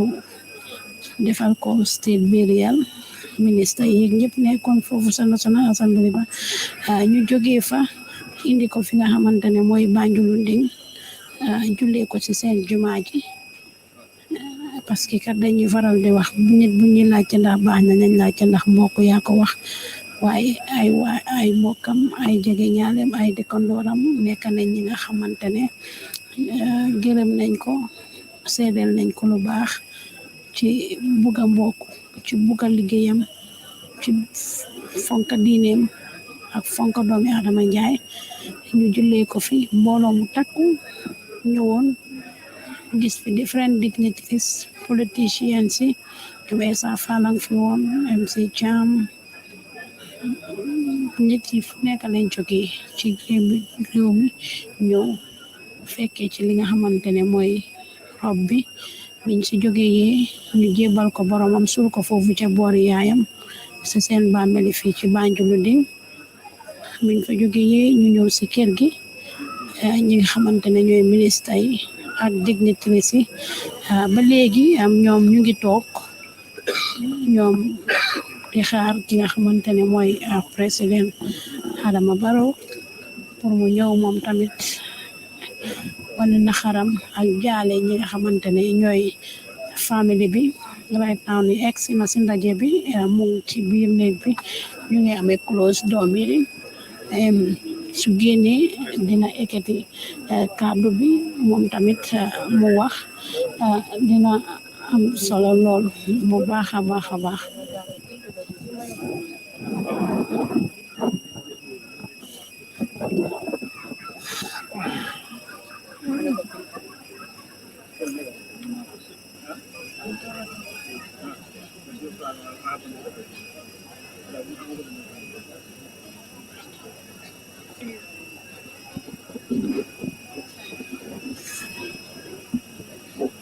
baro yintembola abe bonkonole aning family mosol wenyo je kanjele mari kafobe banda mi along minister be wala to ading mo kotol imamul fanam bijang be siring banda ka telepatu yintembola na findita nyinkama asina kuma kandantang janja mul feñola ko la ni wotaje mul tenjang Buffalo Legorongal be Gambian Talent TV le jube attending Banjoloni. Just to remind you that the president arrived here not long ago, where he is currently inside the room with the family members, seeing with them currently. From there, he will come out to share his condolences with the people at the moment. Ministers and all the delegates are all present outside the government spokesperson and other people and imams and religious leaders are also around waiting for him at this moment. The former vice president, that is Fatou Chalo Tambanyang, is also present, sitting beside Muhammad Inkeba, and so now the only thing we're waiting is for President Barrow to come out and then say some words with the crowd and with the Gambians at large.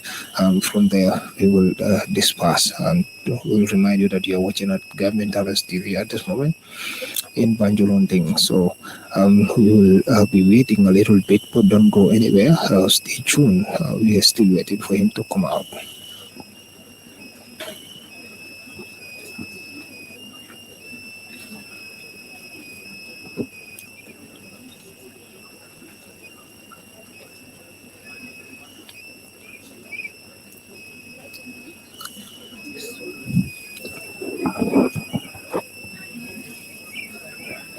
Do now for the president to come out and then say some words with the Gambians at this moment. He is from meeting with the family members.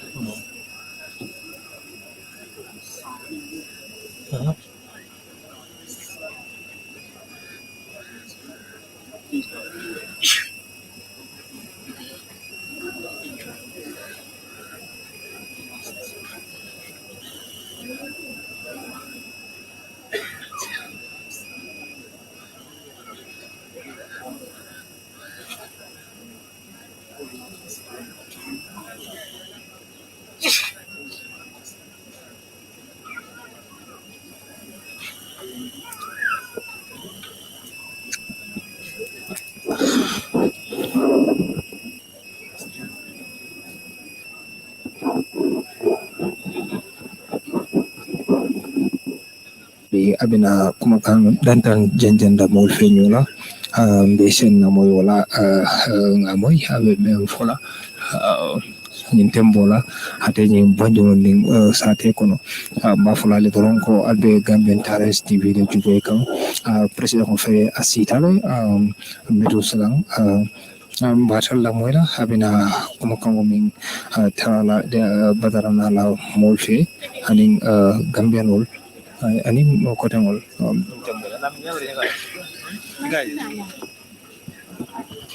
bitu bedua la ke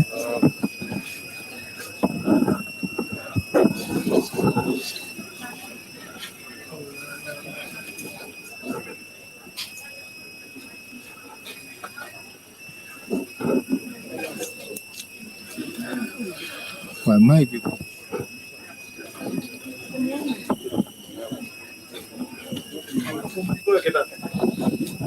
presidential delegation bi ñëwee presidential delegation o kabra nata day wax ne nay wax ci mbooloo mi nii ma ne déedéet ko leen ci diam kambo ko bare ko hani nit dañoo waxtaan ci cabinet génn ci saal mol kan kacca kullu mi kan dem ko ina fu dina saalo ko kullu na ak family Badara anin Badara family kullu dale jaale na leen ci biir ay konto sama la konto kono do waaye yéen ñii ñëpp yéen a ngi fi teew war na leen a jaalewaat bari ma bi la ben bi jana sa kan sa gordo te so ben te ñu nge dangi te coono bi bari na agogo suba ni sande mo bi bari na wala se mo wonta maa ngi ñaan nag ne waxkat yi duñ bari be dal ro la ko mala gana siya parce que day booy kilifa bi delluwaat noppale ko kadu la bane alfa bay bu ete fo ñandi maa ngi leen di ñaan loolu be mala dani la wala gannaaw loolu ko ngori ko la dama bëgg a invite alkaali dëkk bi ñu daf tan sa do nga ro man la sànni kàddu ay bu man di ko di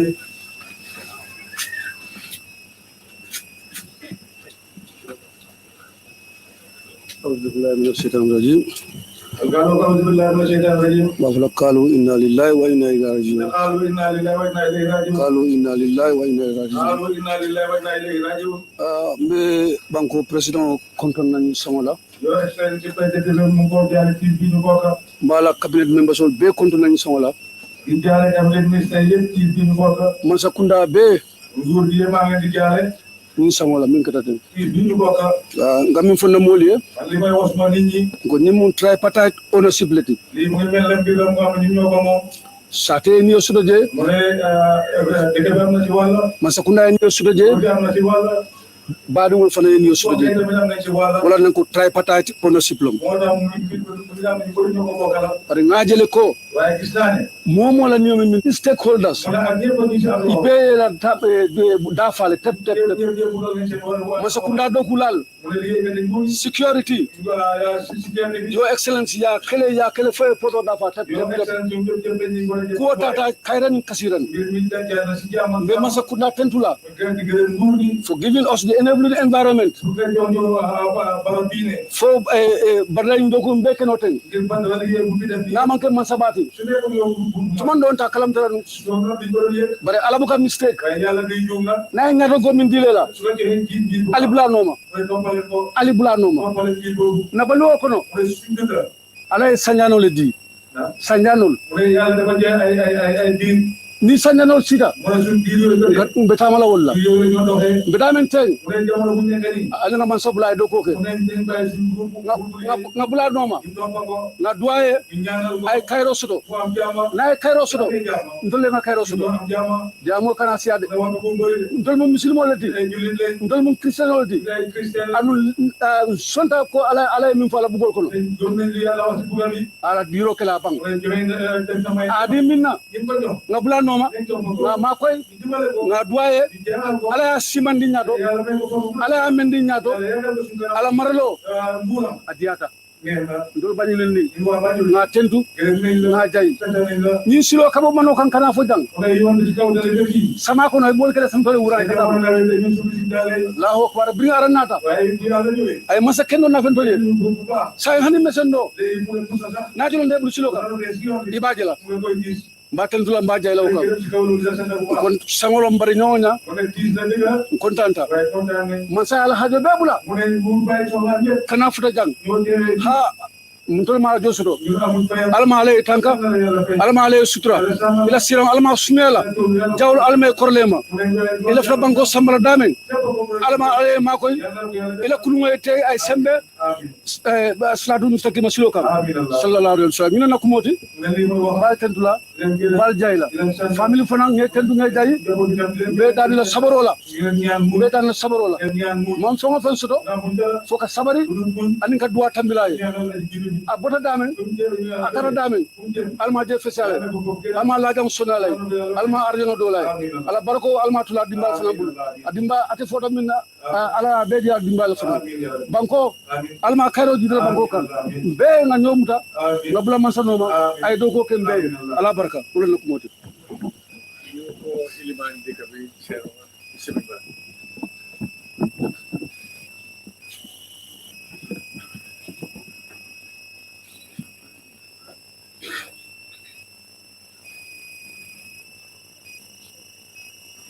Bismillahirrahmanirrahim. Imam Jarabu Sade Yalla Bakila Imam Muhammad sallallahu alaihi wasallam nga president woten to block nga jayi Your Excellency Gere Minda Santala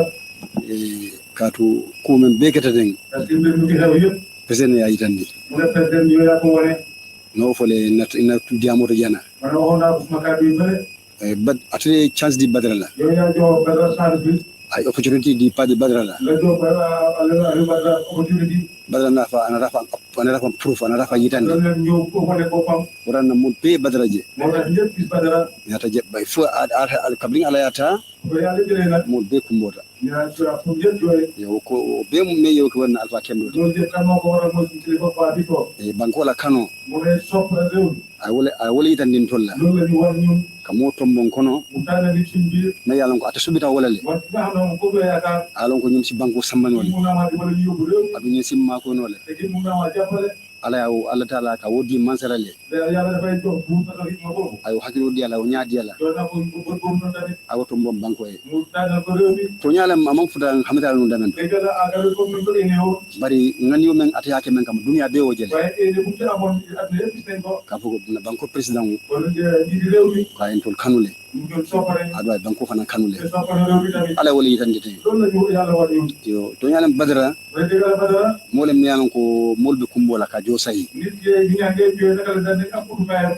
molbe be kumbola wala yëpp a ngi jooy loolu molbe jakal la wala ñi di jaaxle ci loolu ba tan sa en ci altala dani waaye te ñu ñaan pour yàlla nayim man sake ala hakilo men diala suñu pour bu baax bi yàlla hikma bu ko may ay ñamen fanan diala ak Moussa yëpp ko may faya Badara tombonno te mu na tànn Badara han sa o ñakino babul leen leen ngaro benn pour ko adu ngalan ko hamira kendo fanan babul ala ala bu baax ko na ko yore du han insa altala dana e dron ñaanal ko yàlla ala me ya manta ben Badara la ko to yàlla mu ko leen dimbal ci mbir Badara alsa manta ben han sa yàlla may ko santi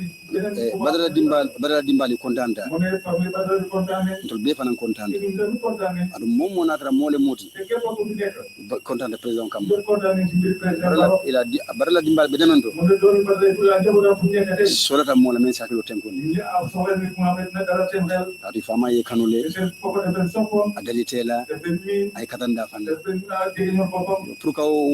ka ni ko ket ni wo sangara buta mobulu mo ka do yido so ko yalla tel kene jele ni fay mosul men ko ni hakima sival mo am nit mo am na xel bam de mbaro ni on de président ka bondan do kana fu jang ay lu ko moy président jele ko kera bendi manke fen so ni ari moti lo du nekk lu yomba bari ay tan le ko alim badati ma ko tan din tolla waye jigéen mo ba mu ngi ko won rek ak woli da dimbal lo lay won tamé bi tam dimbal fana si hakilo tenkonde famille bi tam ngeen dala seen xel ka fu ko ati tul bijanne e ñoom ñu di wona ñoom ñu ci adu Allah taala fana bijanne te yalla tamit di donc min Badara sita ñu tok ñoom Badara na président men jala ko do ngole long président bi ñu gis ci moom ñu lo lay xam ma ful ko stay in pentude ñu nekk di ko gërëm rek Badara betiata le Badara dafa baax ngani betiata xolam dafa set ay bala fa soto dafa am yërmande fam maji dundal ko ci adu yaji man ngol te sosé ani sabu mol to sabu to adama dingol mu ne doon adama sax ni baluta soy dunda ike jale menna luñ la ase dundo ni fata so faado ike jayi walla yore de kereme kari wode mu ne juude mo kendalam o woni ko bala abuka diamu yi wax aman sangara nebu na abuka mo batandi yi sonal ken wotumo do ike jale walla te que na ko jello sabu nyanta sangara lale te nga waro ko buta nyanta nyinkela le te ko def fi bari kabri bari bata je dron so bi joge say be jayi la walla yore na kereme alhamdulillah do sante yalla Gambia e sans to mo ne ga be am ni chance no moso to mi an ko ay Gambia kanu yalla may ni ko so ko Gambia mi an ko ay galata Gambia la nyaata tala ko la do jëmiro kanam di do si duwaye ko ni ñaalal ko fal sa makoy yalla ci bale ko le adema yalla sama ko dimbal fele de na jabo jaangi ni Badara tiyan Badara ne ka tuti asi men keno sayin di mo na def de ato keno la ko na def de bar dimbal fele ay jabo baani ni hanen demo fo may fat ma ko ta president e wolon amna president hamna lolu karatele Badara je parce que mo bi Badara ala taala ko ko aya katanda fanna kene ko ko banneje mbafola so ke may ko karafolem te kan la nin tele fata nun ban ci so fa do bi nin tele fata ke so ke ma fa do atara Badara biyan Badara ni abel lan dimbale na ta hawo mo jabo nden wolon ne man hamna lolu wala tinna dimbal fele mo ta jabo baani ni bakar farin alala ñu ko de yalla nala kila ak yo tim tende bakar farin president wala te ko president ba ani mo kendol be ak ñu baax ñëpp si makoy dimbale leen adimol karandile jangal doomam ay kulu yalla leen ko mo si ko be tamandino la ni mu ñu def ne kadu kulu ni karango parce que yar ak jaage ala wo dilal yalla may na adu idina defana te ñu ale dina leen def allahumma salli ala sayyidina ngako dan la tula di amata jampala na mo ka do bi sori parce que li ñu wara wax ye wax nañ ko o ka ni ni na la te ko la suma kabane kan wala fore ha sa badi wala ko mo ne bi ko ke le o wodronem be bo be la ka fo be je ngane ba ngi ata yalo itol fana ya wala tin ko badara tata bari amanta parce que machore ya mala foi wala kono malandi ni macho fana pata bulo be continuer fono menketa atabe jam ni no be jam amunta ko be continuer me do ala family me do ala ate ha ngam fa enu tol be ba ko ma amoy tol ani niru ro talibol be ndata ko ma abe me wo mento meje fana be do ala shimala jata kende ani niru banko ko alma dimba fana ala barka kala sila hormo ulu la hormo ya allah rabbi salli ala muhammad alhamdulillah rabbil alamin alhamdulillah rabbil alamin le badara wa dimba be konto jaboni badara mo men jale men man sakunda be konto na badara la sangola di jale mo burje de badara bi signol be konto na sangola de kanol je mangé jale ci bi ñu bokk le mol be fana nimbara me alon ko e kato ke badara koto jere jebal ke bokk ngam ne ko do ci badara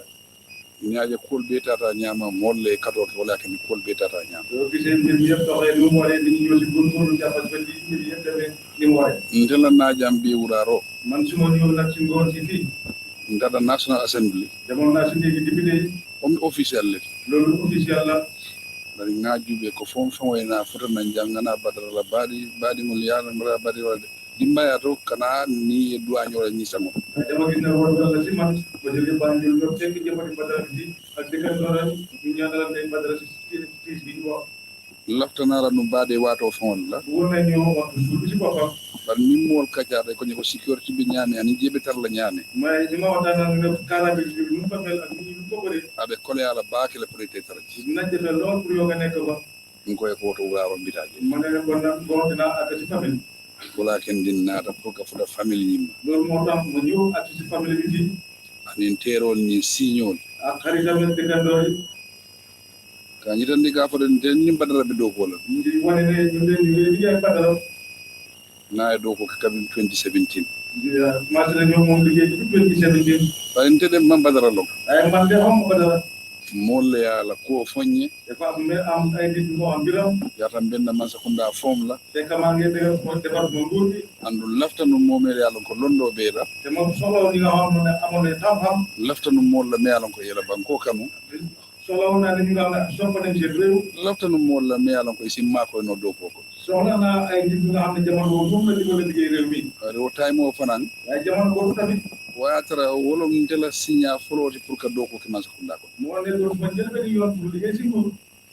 aman jama man siya dunia ko loolu da boy wuti aduna bi mom yalla ko ne mam do ko ki man sakunda ko ala ina tombo ya ki président la do ko fulo ko président nit nga xam ne mo do liggéey ci nguur yalla ñoo tagal def président te jël ben liggéey ci nguur nekkat liggéey président par ala na raw harje ba kenya na taw buña ba kenya ay yalla ñoo defal ko wut sa ko nga taranga ma ko woto mo be ñante la la ñi nakko ko ala drone ko mo tom won nak jeew mon nañu gom ne yalla rek ay fal yalla rek ay tan ana tante tombo ay kewti yalla ñoo tan ma def ma lolu par nga mo ñi me ala wollo na pilal ti mela be lola pour kam ma ko do ay man ko ay ñu nekk pila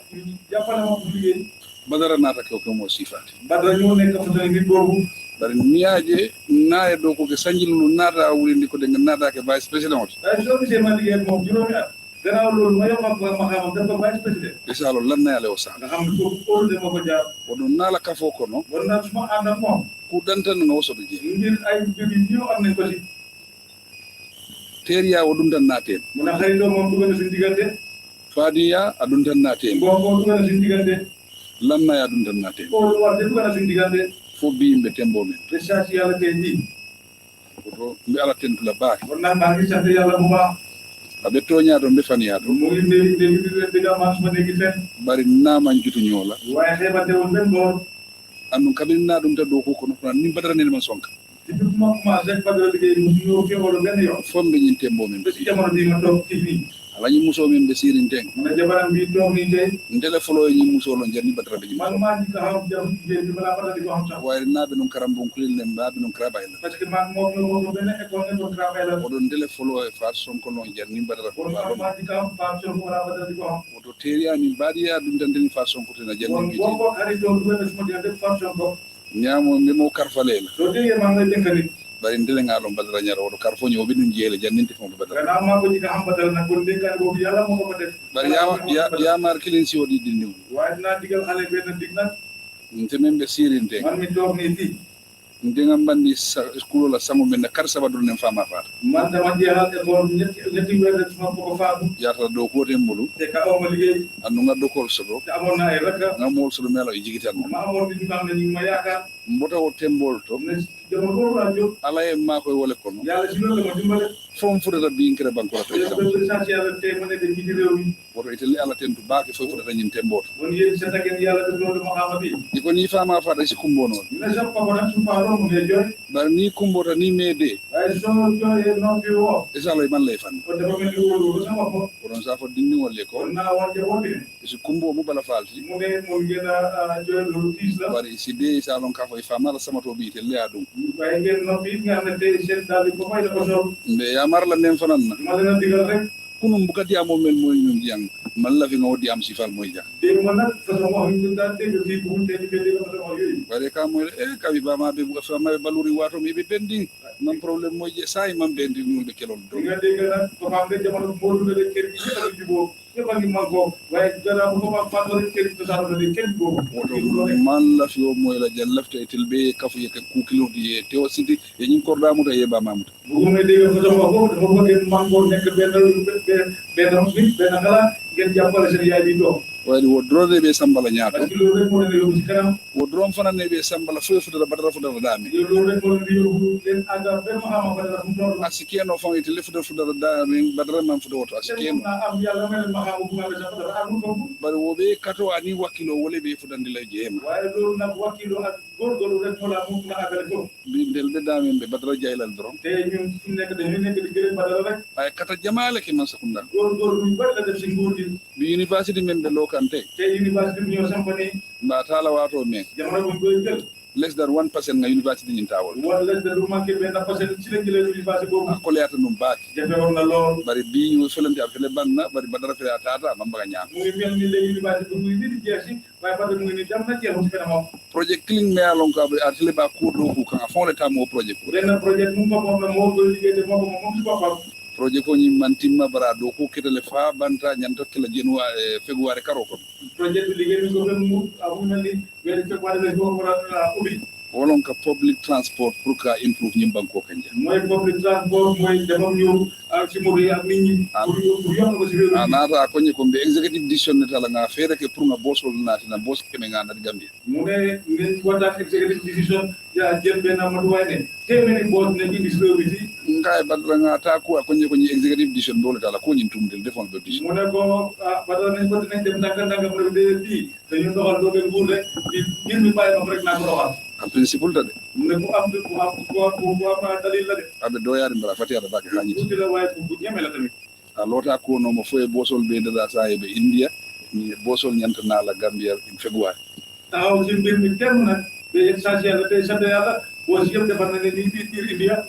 bara felen di amanka ñaan waaye mu ngi nii ba do tekkewul loolu tamit woto Badara e do ko baale ki man sakunda kon Badara liggéey yu mag la defal nguur gi fii ay place ba fanan ni tujee ba def place mag la fi bàyyi tamit nde ala daan la nga moo soto même bu ko Badara ngi ñaan yàlla ñu am fa nit ku mel ni Badara a soto dum te fe yàlla ba am ko nag yombaloon ka ta ka ke vice president ot pour jël ko def ko vice président ku dantan wala yake mi nga tom mbir ay mbir ni moo tax ñu tànn ko la tala ka fa londo so dan ma sakunda tamanda wono comme nañ ko xool ne am na xam-xam te mu ne doxal nguur and président lafta mo la mo me yalon ka man sakunda lo mo me yalon ka sa advice no principal advice ba mooy ko xam nguur te mu nga ko digal te affaire nguur ci yoon laftan wo mo sifa parce que nit boobu la soxla woon laftan mo la mo me yalon ka trinta ba ala banko kana na prête do ko la te bëggoon nañ nga ne jur nga sa nga sa réew mi te pare nga liggéey si réew mi and lafta fanan lafta fana te bu woon tamit mo me yala ka kele le vice president ot kuy nekk sa vice président ama ñan nak la modi mi yala lu wala kele place le campagne la tele place tali du nekk ni moom chaque jour chaque place de campagne sa dogu les chef ko ka te bu man la fi no mo si fa on man façon vice président ko badara yil be pass le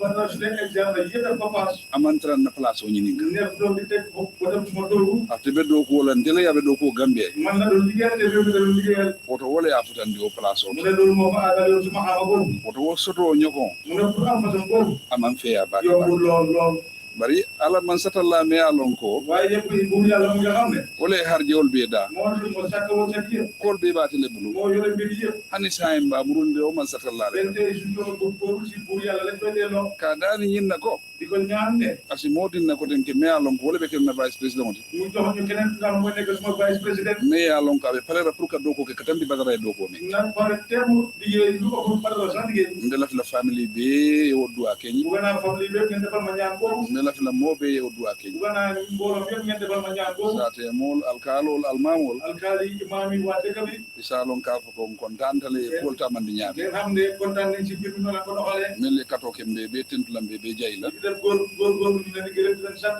na dafa nam pour kana duwa ñëw nañ tamit pour ñëw ñaan si pour kana duwa ka sada mun ko naati ba pare indi tamit suñu njaal sada mun ko ta naati nakke bala njaal bi nañ ko jël jox ko ci kilifa bi alaji alfa kan alaaji alfa kan sa ko dimba ya ko sabari nga wax njaboot bi dinañ muñ ala ya ko dandi dami ka dawol yàlla nag mbiram bu ko emal rek foofu lay em bari jikitele ka fa ko ye dindiwol mara ñaame waaye am naa yaakaar ne ni yare xale yi nga jikki bala sodo ka fa ñi dindiwol be continuer lan am naa yaakaar ne xale yi dinañ continuer inshallah andi be ba ma fa na mutala inshallah def nañ jàppale seen yaay tamit assalamu alaykum wa rahmatullahi wa alaykum assalam bismillah salaatu ala nabi